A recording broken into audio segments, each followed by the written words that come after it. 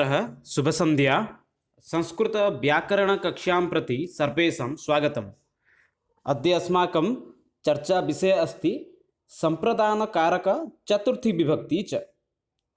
तो आज आमर डिस्कसन टॉपिक हेउची संस्कृत व्याकरण कारक प्रकरण पंचम भाग बा संप्रदान कारक चतुर्थी विभक्ति। यह पूर्व आम चारोटी अलग अलग पार्ट रे कारकर परिभाषा अर्थात कारक कौन, कारक केते प्रकार, कारक काहाकु कहा जाए यही विषय विस्तृत आलोचना करथिले। परवर्ती समय रे कर्ता कारक, कर्म कारक, करण कारक यही सब विषय विस्तृत रूप से अध्ययन करथिले। यही सब वीडियो गुडी को जो मैंने देखि नांती से माने हमर ऊपर आई बटन रे लिंक अछि, विजिट करिकी पढ़ी परिबे। अन्यथा प्लेलिस्ट मध्य एक स्वतंत्र भाग रही व्याकरण निमंते कारक प्रकरण बोली सेठरे मध्य विजिट करिकी पढ़ी परिबे। हमर प्लेलिस्ट डिस्क्रिप्शन रे मध्य रही, डिस्क्रिप्शन रे मध्य विजिट करिकी मध्य कारक प्रकरण प्लेलिस्ट को पाई परिबे। तो वर्तमान समय रे आरंभ करिबा आज क्लास। संप्रदान कारक काहाकु कुहा जाए बा संप्रदान कारक कौन ए विषय रे पढ़िबा एवं केउ केउ स्थान रे चतुर्थी विभक्ति होइथाय ताहा विषय मध्य विस्तृत रूप से आलोचना करिबा। यह पूर्व जो मैंने आम क्लास रे लाइव अच्छा से मैंने लिंक को निज सांग मान सहित शेयर कर दिंतु, जहाद्वारा यार फायदा समस्ते पाइपर। तो वर्तमान समय आरंभ करवा संप्रदान कारक कौन ता पूर्व सामान्य रूप से जानिबा कारक केते प्रकार। कारक मुख्यतः 6 प्रकार अटे। कर्ता कारक प्रथम विभक्ति, कर्म कारक द्वितीय विभक्ति, करण कारक तृतीय विभक्ति, संप्रदान कारक चतुर्थी विभक्ति जो विषय आज आम विस्तृत रूप आलोचना करवा। अपादान कारक पंचम विभक्ति, सेपरी अधिकरण कारक सप्तम विभक्ति एवं संबंध पद जोगरे सर्वदा षष्ठी विभक्ति होते। पूर्व आम प्रथम विभक्ति कर्ता कारक, द्वितीय विभक्ति कर्म कारक, करण कारक तृतीय विभक्ति विषय आलोचना कर सारी। वर्तमान समय रे संप्रदान कारक बा चतुर्थी विभक्ति विषय आलोचना करवा। तो देखिबा संप्रदान कारक काहाकु कुहा जाए एवं संप्रदान कारक रे केउ केउ नियम रही जो कारणरू चतुर्थी विभक्ति होता है बा संप्रदान कारक रे देखिबा। प्रथमे दानार्थ चतुर्थी बोली एक नियम रही से विषय गहन अध्ययन करवा। रुच्यार्थानम प्रियमाणः बोली एक नियम बा सूत्र रही से विषय मध्य अध्ययन करवा। परवर्ती सूत्र रही क्रोध दुह ईर्षा असूया अर्थानां च यम प्रतिकोपः बोली यही सूत्र विषय मध्य विस्तृत रूप से आलोचना करवा। सूत्रटी यद्यपि बहुत बड़ रही कदाचित उच्चारण समय मध्य पिला मानकर असुविधा ही थई पारे, तथापि पुनर्बार मु थरे पढ़ी दूची क्रोध दुह ईर्षा असूया अर्थानां यम प्रतिकोपः ए विषय आगु आम गहन अध्ययन करवा। परवर्ती सूत्र रही नम स्वस्ति स्वः स्वधा आलम बसट योगाश्च। एठी स्वस्ति जगह स्वष्टि हो जाइए। सेपरी अन्य एक सूत्र रही निवारणार्थी चतुर्थी, निमित्तार्थे चतुर्थी। यही किछि सूत्र ता सहित अन्य किछि सूत्र मध्य रही जो कारण संप्रदान कारक चतुर्थी विभक्ति होता है। तो ये सब विषय तो आग गहन अध्ययन करवा। प्रथमे आम देखा दानार्थे चतुर्थी कौन बा संप्रदान कारक क्या कहा जाए। तो प्रथमे संप्रदान कारक चतुर्थ विभक्ति कौन जानिबा। श्रेय बुद्धो सम्यक प्रदीयते अस्मि इति संप्रदानम। अर्थात पुणी थे पढ़ुची श्रेय बुद्धो सम्यक प्रदीयते अस्मै इति संप्रदानम। तार प्रथम सूत्र रही संप्रदान कारकर दानार्थे चतुर्थी। तो दानार्थे चतुर्थी अर्थ कौन प्रथमे जानिबा। क्रिया जहाकू देबा पई इच्छा करिथाए ताहा संप्रदान कारक। कौन कहली ना संप्रदान कारक केउठार होता है। क्रिया दान क्रिया रे कर्ता जहाकू देबा पई इच्छा करिथाए। बुझिपारथुवा समस्ते। दान क्रिया रे ना कि खाली क्रिया, दान क्रिया रे कर्ता जहाकू देबा पई इच्छा करिथाए सही व्यक्ति ठारे चतुर्थी व्यक्ति होता है। एठारे मध्य एक जानिबा विषय रही दान अर्थ कौन। दान अर्थ होउची निजर सत्व को लोप करी, सत्व अर्थ होउची अधिकार को, निज अधिकार को लोप करी अन्यर स्व जन्माइबा हेउची दान। तो कौन कही एठी ना दान क्रिया रे कर्ता देबा पई इच्छा करा जाय बा कर्ता जहा पई देई थाए से व्यक्ति ठारे होई थाए। तो एठारे दान अर्थ कौन कही देइची ना आमे जो वस्तुटी अन्य जन को देउछंती से देबा समय रे आमर कौन अधिकार को लोप करी ताहार इच्छा बढ़ाई से जिनसटी जेते बेले आमे ताकू देई थाउ से स्थान रे ही दानार्थे चतुर्थी बा संप्रदान कारक होई थाए। एक उदाहरण माध्यम ठीक भाव बुझी पारिबा बोली आशा करुच्ची। तो कौन उदाहरण देइछि देख बालिका वृद्धाय भोजनम ददाति। चित्र रे मते देखि पारुथबा एक छोटो बालिका अछि बा छोटो शिशु अछि जी की भोजन देउछि। काहा भोजन देउछि? एक वृद्ध व्यक्ति को भोजन देउछि। तो कौन कहिछि एठी बालिका वृद्धाय भोजनम ददाति। बालिका काहा को भोजन देउछि? वृद्ध को। अर्थात बालिका एठी कौन करिछि कर्ता निजर इच्छा को लोप करी बा निजर अधिकार को लोप करी जहा पाई देउछि। कहा पाई देउछि एठी ना वृद्ध निमंते देउछि। देखि पारथुवा समस्त कहा पाई देउछि एठी ए वृद्ध निमंते देउछि। तो एई वृद्ध निमंते बा एई वृद्ध शब्द रे चतुर्थी व्यक्ति होई थाए।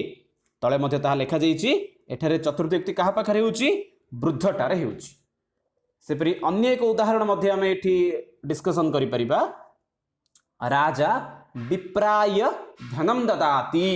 अर्थात राजा अर्थ राजा निजर अधिकार बा निज इच्छा को त्याग करी दान करुछंती। काहा को दान करुछंती? विप्र। विप्र अर्थ होछि ब्राह्मण को। ब्राह्मण को देउछंती। ब्राह्मण को तो सही कहा जगह चतुर्थी व्यक्ति हबो एठी ना ब्राह्मण शब्द रे चतुर्थी हबो। तो ये थिला प्रथम सूत्र दानार्थ चतुर्थी। आशा करछि समस्त को बुझा पड़थिबो। जदि क्या बुझा पड़नी ताहले तले लाइव चैट रे निजर समस्या विषय लिखि पारिबे। आमे तार समाधान संगे संगे करिबो। अन्यथा कमेंट बॉक्स रे मध्ये निजर डाउट को मध्ये लिखि पारिबे। तो परवर्ती सूत्र रही प्रथम सूत्र थिला दानार्थे चतुर्थी। वर्तमान समय द्वितीय सूत्र रही रुच्यार्थे रुच्यार्थानम प्रीयमाणः। तो यही सूत्रटी को पुणी थे कहूँ। तो एठारे सूत्रटी होची रुच्यार्थानम प्रीयमाणः। अर्थात रुचि अर्थक धातुर प्रयोग रे जहा को रुचे रुचे अर्थ होची भल लगे ताहा ठारे संप्रदान कारक हुए। पुणी थे पढ़ुची सूत्रटी को रुच्यार्थानम प्रीयमाणः। अर्थात रुचि अर्थक धातुर प्रयोग रे रुचि अर्थक रुचि बोली गोटे धातु अच्छी बोली नुहे रोच रोच धातु अच्छी से रोज धातु रे मध्य से बोली किछि रुचिला भली किछि धातु रही जो विषय रे आमे आगु को अध्ययन करिबा। रोज धातु अच्छी ए भली किछि किछि धातु अच्छी से विषय रे आगु अध्ययन करिबा। से धातु जोगरे काहाटे चतुर्थी व्यक्ति हेबो जहा को रुचुछि। अर्थात रुच्यर्थक धातुर जदि प्रयोग हेउछि ताहले से वस्तुटी जहा को भल लागुछि सही व्यक्ति ठारे ही चतुर्थी व्यक्ति होई थाए। जेपरि एठारे आमे देखि पारथु ग्लास रे किछि दही रही। दही कहि परिबा क्षीर कहि परिबा प्रायतः उभयंकर वर्ण समान थाए। तो कौन कही एठी मह्यम दधि रोचते। तो एठी प्रथमे देखिबा पुणी थे पढ़ुची वाक्यटी को समस्ते मन देकी शुण मह्यम दधि रोचते। तो ये धातु कौन रही रुच्यार्थ धातु कौन रही रोज धातु रही। तो ये हूँ से क्रियापदटी बा रुच्यर्थक धातु। तो कौन कही रुच्यर्थक धातु प्रयोग हेले जहा को रुचे रुचे अर्थ हूँ भल लगे। तो ये क्या भल लगुच मते भल लगुच। तो मोर ये कौन हो चतुर्थी व्यक्ति हो मते अर्थ हूँ अस्मत् शब्द। तो अस्मत् शब्दर चतुर्थी व्यक्ति मह्यम। जदि एठारे अस्मत् बा मह्यम न थाई कि जदि बालक था ताहले कौन होता बालक को भल लगे ताहले बालकाय बालकाय दधि रोचते एपरि होता है। पुणी थे कहूँ रुच्यार्थक प्रियमाण अर्थ रुच्यार्थक धातुर प्रयोग हेले जहा को रुचे जो व्यक्ति को भल लगे सेठारे चतुर्थी व्यक्ति होता है। जेपरि मह्यम दधि रोचते एठारे मते दहीटी भल लगुथिबारु अस्मत् शब्द एठारे चतुर्थी व्यक्ति होइछि। सेपरि अन्य एक उदाहरण रही वर्तमान समय में भारत में बहुत लोक को चाह भल लगे। तो आम एठी चाहार मध्य उदाहरण देइछु तुभ्यम चायम स्वदते। अर्थात तुमको एठारे चा भल लगुथिबारु जुष्मत् शब्दर प्रयोग होइछि एठी एणु जेहेतु एठारे रुच्यर्थक स्वद धातुर व्यवहार होइछि स्वद अर्थ होछि स्वाद लागिबा भल लागिबा तो एठारे मध्ये कोन होइछि चतुर्थ विभक्ति होइछि तुभ्यम जदि एठारे अस्मत् शब्द थांता ताहले मह्यम सेपरि जदि अन्य किसी शब्द थांता बालक थांता ताहले बालकाय सेपरि अन्य एक उदाहरण रही गणेशाय मोदकम रोचते तो मोदक क्या भल लगुच गणेश को भल लगुच रोचते अर्थ पूर्वर कही भल लगे तो ये मोदक क्या भल लगुच गणेश को भल लगुच एणु गणेश चतुर्थी विभक्ति होइछि। तो गणेश देव को नमस्कार करी आगू बढ़िबा।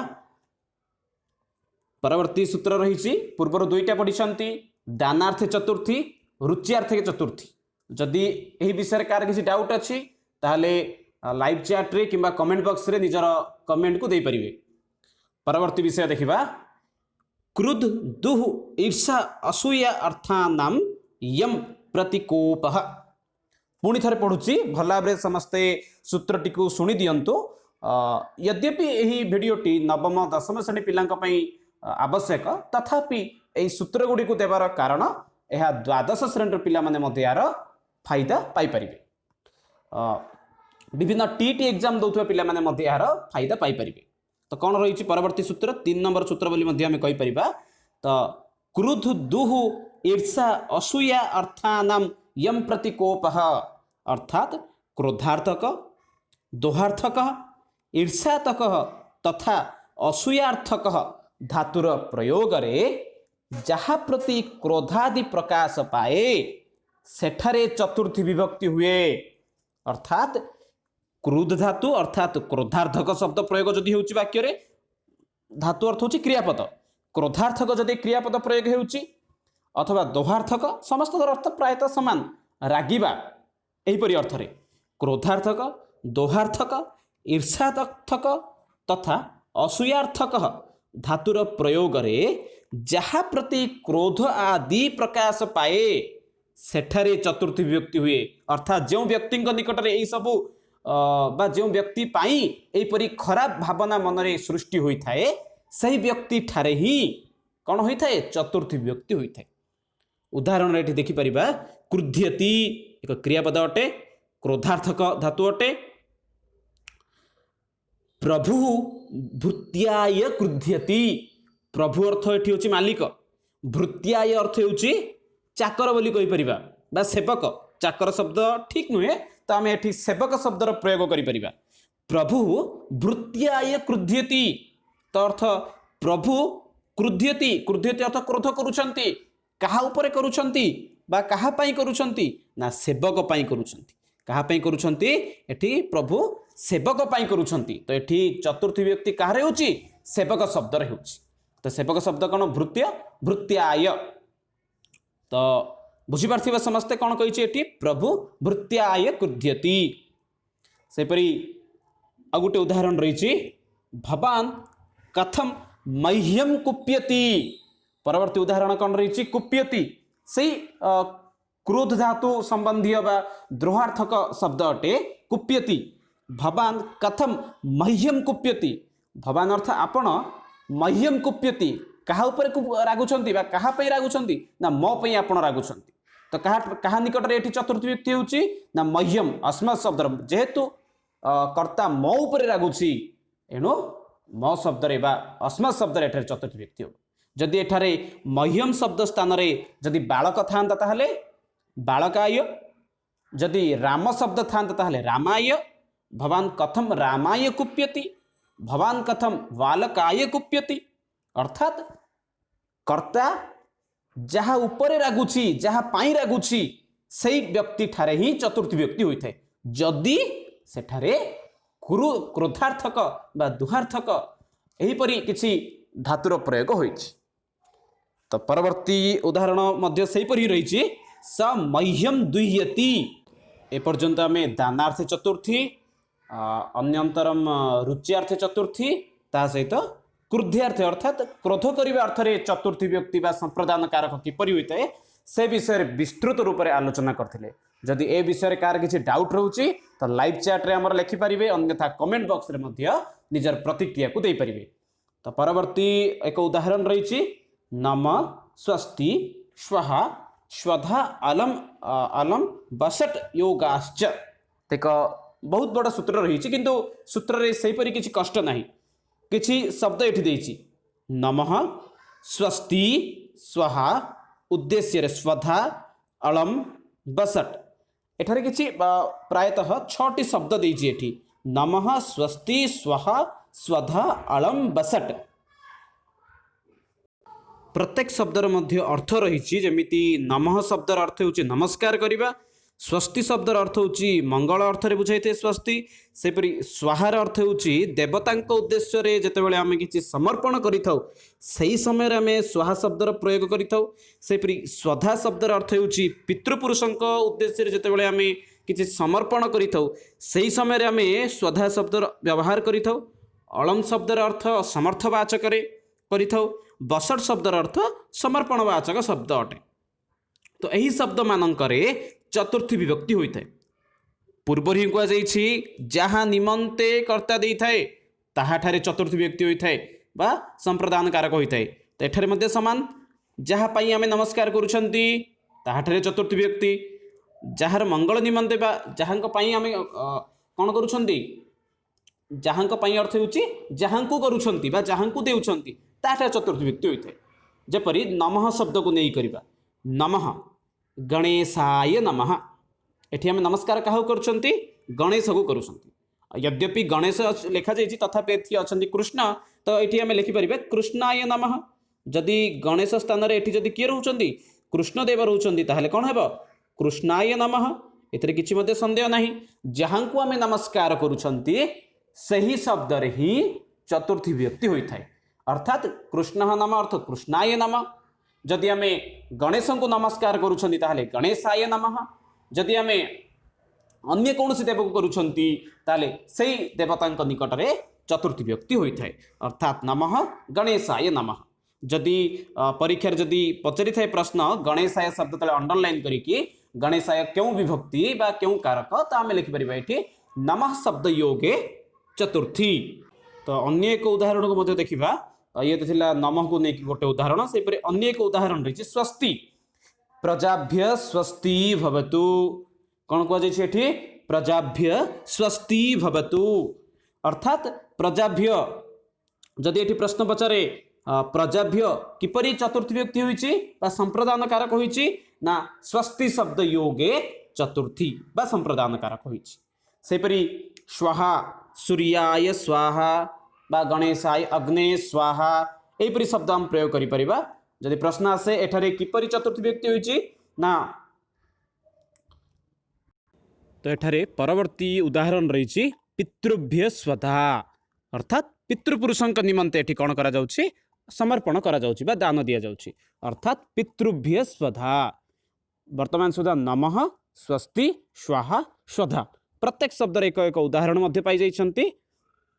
तो सहीपरि पुणी थरे देखिबा नमः गणेशाय नमः बा कृष्णाय नमः नमः शब्द योगे चतुर्थी। सहीपरि स्वस्ति प्रजाभ्य स्वस्ति भवतु प्रजाभ्य शब्द होइछि स्वस्ति योगे चतुर्थी बोली कहि परिबा। सहीपरि स्वाहा सूर्याय स्वाहा अग्ने स्वाहा अर्थात स्वाहा शब्द योगे चतुर्थी। सहीपरि स्वधा पितृभ्य स्वधा पितृपुरुषेभ्य स्वधा। परवर्ती उदाहरण अलम। पिले माने आमे अलम शब्द को व्यवहार करिकि तृतीय विभक्ति पढ़ी सेठारे अलम अर्थ कौन पढ़ी बारणार्थे तृतीया, किंतु एठारे कौन रही विवादेन अलम बोली आमे पढ़ी किंतु एठी अलम अर्थ कौन योग्यता योग्यता अर्थ रे मल्ल मल्लाय अलम। तो कौन कह गोटे मल्ल रही अन्य गोटे मल्ल निमंते से कौन अटे योग्य अटे बा समर्थ अटे। तो कौन होइछे एठी जहाँ निमंते सी योग्य अटे ताहाठारे चतुर्थी व्यक्ति। अर्थ मल्ल गोटे मल्ल अन्य गोटे मल्ल निमंते कौन अटे योग्य अटे। नमः पुणी थे नमः एक आउ गोटे उदाहरण बोली कहि परिबा गुरवे नमः। अर्थात गुरु को नमस्कार जहाँ को नमस्कार करुचंती ताहाठारे चतुर्थी। अर्थात नमः शब्द योगे चतुर्थी। परवर्ती उदाहरण बसट इंद्राय पुष्पाणि बसट। तो कौन कह इंद्राय अर्थात इंद्रदेव निमंते पुष्प गुड़ी को समर्पण एठी करा जाउछि। तो बसट शब्द योगे चतुर्थी, नमः च शब्द योगे चतुर्थी, बसट योगे चतुर्थी बोली कहि परिबा। परवर्ती सूत्र देखिबा, निवारणार्थे चतुर्थी। सूत्र रु ही आम ये सरल भाव में बुझी पार्थुबा एठी कौन कहवाक चाहूँगी। निवारणार्थे अर्थ होउची निवारण करने अर्थ रे, जोठारे निवारण करा जाई थाए सेहीपरि शब्द रे चतुर्थी विभक्ति होइथाए। निवृत्ति बुझाइले निवर्तनीय उत्तर चतुर्थी विभक्ति होइथाए। अर्थात निवृत्ति अर्थ रे जहाँ को कौन कह जाए गोटे जिनस बचापी आम जहाँ को व्यवहार करिथाउ, जो वस्तु ठार आम बचापी किसी गोटे विकल्प बाहर करिथाउ, से व्यक्ति बा से असुविधा ठारे आम किसी समस्या बाहर पाई जो कौन सी वस्तु को व्यवहार करिथाउ, तो जो समस्या बाहर आम चेष्टा करिथाउ से समस्या स्थान रे ही चतुर्विभक्ति होइथे। उदाहरण रो ठीक भाव में बुझीपारे बोली समस्ते आशा करुच्ची। कौन कही आतपाय छत्रम, आतप अर्थ हूँ खरा, आतपाय अर्थात खरारु बंचिबा निमंते छत्रम। चित्र मध्ये एक बालिका रही छता व्यवहार करुच्ची, कहीं करुच्ची ना आतपाय आतपरु बंचिबा खरारु बंचिबा। आतप अर्थ हूँ खरारु बंचिबा से कौन करुच्ची ना छता व्यवहार करुच्ची। तो कौन कही एठी ना जोठारु आमे बंचिबा आमे एक कौन सी वस्तु को व्यवहार करिथाउ, जहाँठू बंचिबा करिथाउ सेठारे ही चतुर्थी विभक्ति होइथाए। सेपरि मशकाय धूम्रः अर्थात आमे धूआं को व्यवहार कहीं करिथाउ ना मशारू बंचिबा। धूआंर अजथा आमे व्यवहार करि नथाउ, धूआंर आमे सही समय व्यवहार करिथाउ जो समय रे मशा होइथाए सही समय आमे किछि धूआं देइथाउ। तो कौन कहिछि एठी मशारू बंचिबा मशकाय धूम्रः। बुझिपार्थुबा निवारण अर्थ होछि जो वस्तु को बारण करा जाइछि बा जो वस्तु आमको बंचापी आम कि अलग वस्तु को व्यवहार करिथाउ से समस्या स्थान रे चतुर्थी विभक्ति होइथाए। तो परवर्ती सूत्र रही निमित्तार्थे चतुर्थी। एठार मध्य सूत्र रु ही अर्थ बुझी पार्थुबा बोली आशा करुच्ची। पूर्व सूत्र कौन थिला निवारणार्थे चतुर्थी अर्थात बारण करने अर्थ रे, एठी कौन कही निमित्तार्थे अर्थ आवश्यक क्षेत्र रे चतुर्थी विभक्ति। कौन सी वस्तु बा क्रिया जहाँ निमित्त अभिप्रेत ताहारी उत्तर चतुर्थी विभक्ति हुए। अर्थात जो जेकोसी गोटे वस्तु जदि आमको आवश्यक रही उदाहरण ठीक रूप से बुझीपर, तथापि मो सूत्रटी को व्याख्या रूप से सामान्य रूप से कहूँ जदि कौन सी गोटे वस्तु आमको आवश्यक अच्छी अर्थात जदि आमको चौकी आवश्यक अच्छी ताले चौकी पे आमको कौन दरकार प्रथम काठ दरकार। तो सहीपरि एठी किछि उदाहरण देछि युपाय दारुहु धर्माय पत्नी। एक सरल उदाहरण को बुझीबा चेष्टा करिबा हाराय सुवर्णम अर्थात एठारे हाराय अर्थ होछि हार, हार निमंते कौन दरकार सुना दरकार, बिना सुना रे केबे मध्ये हार होई परिबनी। तो कौन कहिछि हाराय जो वस्तुटी आमको आवश्यक रही जो जिनसटी आमको निमंते आवश्यक रे हार निमंते कौन दरकार सुना ही दरकार। तो कौन एठी कह जाइछि हाराय सुवर्णम। सेपरि हाराय रौप्यम जदि रूपार कौन से हार करने को चाहते ताले हाराय रौप्यम यहीपरि होइथाए। सेपरि अश्वाय घास। परवर्ती उदाहरण देछि किछि पत्र रही घास तो कहि परिबे को पत्र कहि परिबा। अश्वाय घास घोड़ा निमंते से कौन दरकार घास दरकार। जेपरि सुना हार करने आमको कौन दरकार सुना दरकार, एणु कहा निकट चतुर्थी व्यक्ति होछि हार, हार ठारे सुना हार जदि करिवार अछि ताहले सुना दरकार। तो हार ठारे जेपरि चतुर्थी व्यक्ति होछि सेपरि घोड़ा जदि आमको रखिबार अछि ताहले आमको कौन दरकार घास दरकार। तो एठारे चतुर्थी व्यक्ति कार हेबो घोड़ा, घोड़ा ठारे हेबो कहीं घोड़ा निमंते दरकार हार निमंते दरकार, जहाँ निमंते दरकार सेठारे चतुर्थी व्यक्ति होइथाए। जेपरि चौकी पाई काठ दरकार अर्थात चौकी शब्द ठारे एठी संप्रदान कारक बा चतुर्थी व्यक्ति हेबो। तो यहीपरि रूप से आम बुझीपर जेपरि युपाय दारु निमित्तार्थे चतुर्थी अर्थ होउछि जो वस्तु निमंते कौन सी गोटे वस्तु करिवार अछि से वस्तुटी को करबा निमंते आमको जहाँ दरकार पड़ुछि सामग्री से वस्तु ठारे चतुर्थी व्यक्ति होई पारे। तो परवर्ती अन्य एक सूत्र को देखिबा कौन रही। हाँ यही सूत्रटी यद्यपि विद्यालय स्तरीय छात्र मानक निमंते एते आवश्यक नाही किंतु यह विभिन्न टीटी एग्जाम पिला मानक निमंते बहुत आवश्यक। विभिन्न इंटरव्यू रे मध्य साक्षात्कार रे मध्य एथिरु प्रश्न पचारि जाइथे। तो कौन कही उपपद विभक्ते कारक विभक्ति बलियसी अर्थात उपपद विभक्ते कारक व्यक्ति बलियसी अर्थ होची किछि उपपद रही जो उपपद गुड़िक कारक विभक्ति ठारू मध्य बलियसी अटंती जेपरि एठारे एक उदाहरण देछि देख देवाय नमः अर्थ कौन एठारे कारक होची नमः जेहेतु नमः शब्दटी रही एणु कौन होईची देवाय एठी हो जाइछि चतुर्थी व्यक्ति हो जाइछि देव शब्दर कहीं होईछि एठी ना नमः शब्दर प्रयोग होईछि तो कौन कहिछि देखिबा एठारे नमः उपपद ताहार चतुर्थी व्यक्ति होईछि किंतु उपपद सहित क्रियापद युक्त होइथिले चतुर्थी न होई द्वितीया कर्म विहित विभक्ति हुए अर्थात जतेबेले कौन होता है ना जेकोसी गोटे उपपद ये हूँ नाम हूँ एक उपपद यही उपपद सहित जितेबाला एक क्रियापद को आम योजन करदेबा से समय कौन हम ताहा जहाँ को आम नमस्कार करुँच शब्दटी आउ चतुर्थी विभक्ति हेबनी से स्थान कौन हो चतुर्थी विभक्ति न होई ता कौन हो द्वितीय विभक्ति हो पूर्वर आम कौन पढ़ी ना नमः शब्द जगह चतुर्थी व्यक्ति पढ़ी किंतु जितेबाला नमः शब्द सहित अन्य एक शब्द एक क्रियापद मिसज से समय ताहा कौन हो द्वितीय विभक्ति हो तो क्यों सूत्र अनुसार हम उपपद विभक्ते कारक व्यक्ति बलियसी ए नियम अनुसार सेठारे किछि परिवर्तन आस जाए जेपरी बालक देवम नमस्करोति नमः शब्द एठी रही किंतु क्रू धातुर एठी व्यवहार होबारु देव स्थान रे कौन हो जाइछि देव स्थान रे एठी अवश्य भूलवस्त देगु बे हो जाइछि तो किछि प्रिंट मिस्टेक बोली आमे आकु कहि परिबा तो कौन कहिछि एठी ना तथापि संशोधन पाई मु सामान्य प्रयास करथिली किंतु हेलानी तो कौन कहिछि बालक देवम नमस्करोति कौन होबुछि एठी ना देव शब्द रे एठी चतुर्थ व्यक्ति न हुई कौन होइछि एठी ना द्वितीय व्यक्ति होइछि काहे कि होइछि यद्यपि नमः शब्द व्यवहार हेले मध्य जेहेतु एक क्रियापद आस जाइछि एनो द्वितीय व्यक्ति एठी होइछि एठे नाम उपपद थिले मध्य ताहा करोति क्रियापद युक्त होइतिबारु कर्मणि द्वितीय हला जदि एठी देवम को विभक्ति पछरे ताले आमे लिखि परिबा कर्मणि द्वितीय क्यों कारण होइछि ना कारक विभक्ति यही सूत्र अनुसार होइछि उपपद विभक्ते हे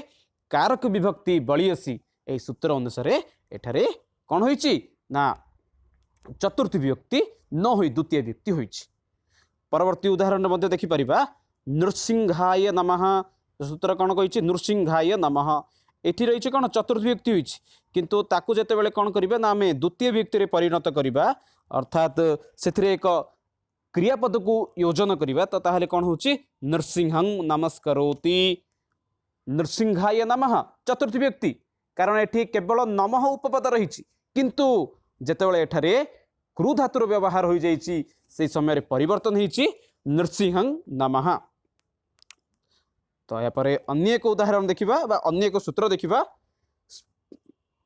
स्पृह युक्त णिच धातुर प्रयोग रे कर्तार अभिलषित संप्रदान कारक अर्थात जोठारे यही स्पृह धातुर व्यवहार होता है स्पृह धातु सहित णिच प्रत्यय होता है केवल स्पृह धातु कहबानी स्पृह सहित णिच स्पृह धातु विषय आगू पढ़ा तो कौन कही एठी ना स्पृह धातुर जोठारे प्रयोग होता है सेठारे मध्य कौन होता है चतुर्थ व्यक्ति होता है जेपरी सर्वे देश हिताय स्पृहयन्ति अर्थात जो काम निमंते आमर स्पृह अर्थ होची इच्छा बोली कहि परिबा मध्य स्पृह अर्थ मध्य इच्छा बा प्रेम बोली मध्य कहि परिबा सर्वे देश हिताय स्पृहयन्ति अर्थात समस्ते देशर मंगल निमंते स्पृह अर्थ इच्छा करिथांती धार्मिक धर्माय स्पृहयति एठा देखि पारथु एक धार्मिक व्यक्ति मध्य बसचंती जे कि वर्तमान समय उत्तर प्रदेश मुख्यमंत्री अटंती तो कौन कही धार्मिक धर्माय स्पृहयति